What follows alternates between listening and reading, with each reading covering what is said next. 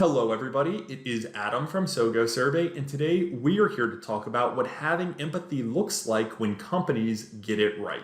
So without further ado, let's dive right into it. While most organizations have a range of goals, businesses largely focus on one: maximizing profit. The focus on profit has led to economic growth, accumulation of personal wealth, and the challenges of the modern workforce, the most depressed, flighty, anxious, stressed workforce in history. For many businesses, an empathy-first approach is changing this paradigm. We're beginning to prioritize roles where we feel valued, where colleagues and leaders want the best for us personally, where the company's goals include profit and employee well-being. And surprise, these businesses are flying.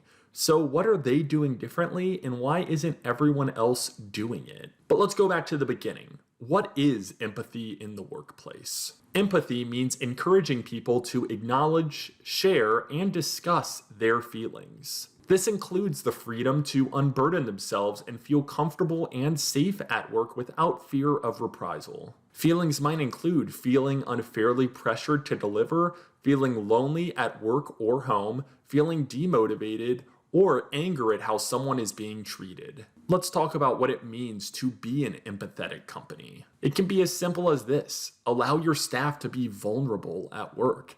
How many of us can truly say we have that luxury? How many of us feel comfortable is by freely admitting to huge mistakes, confessing our uncertainty about a project, and sharing that we're struggling to concentrate at work because of lingering relationship problems at home. If a company's culture doesn't permit feelings in the first place, being an empathetic company is impossible, but you can still help others feel comfortable at work. Even if some don't recognize the effort you're making, it could be life-changing for those affected, even if they never mention it. For example, a typical manager enters an employee's office saying, "Hey, your numbers are down for the third quarter in a row. We've talked about this before. If you can't get your numbers back up, I can't guarantee what'll happen." But let's think about how an empathetic manager enters the same office.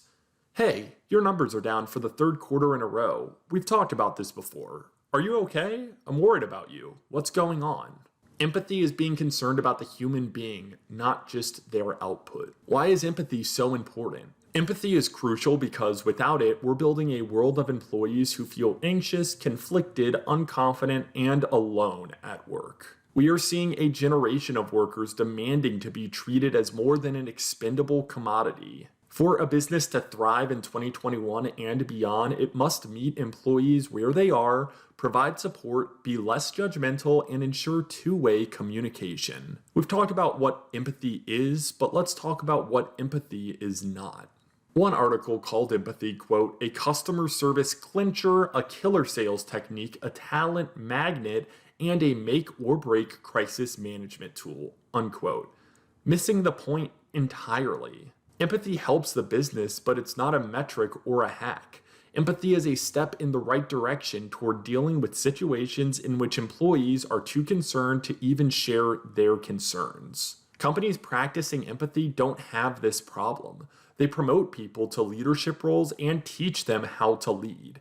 They allow employees to voice concerns without fear of redundancy and guide them closer to their natural potential. Will you put in the effort? If you're trying to instill empathy to reap profit, revenue, or growth benefits, then you're looking at it from the wrong angle. Creating an empathetic workplace might mean changing your hiring priorities, your training, or firing toxic staff, even if their numbers are good. And remember, nobody says it'll be easy. You need to take in feelings you don't like or want in order to acknowledge and understand them. Meeting people where they are can be an exhausting, uncomfortable experience. Sometimes, even when you think you're right, the empathetic approach is learning to understand, respect, and implement an other individual's point of view rather than forcing your own. To wrap things up, building good, open, vulnerable, transparent relationships where people actually get to understand each other and their viewpoints, that is foundational to building a long-lasting business with high-performing employees who actually want to work for you. Still not interested? If you stay off the employee experience wagon much longer, you'll find your best employees on board with another company. If empathy sounds too complicated for you, then remember what we're really talking about is relationships. If you want to learn more, we have a blog about it on our website, or watch some more of our YouTube videos, or tune in to some of our podcasts. Also, please follow SoGoSurvey on LinkedIn, Facebook,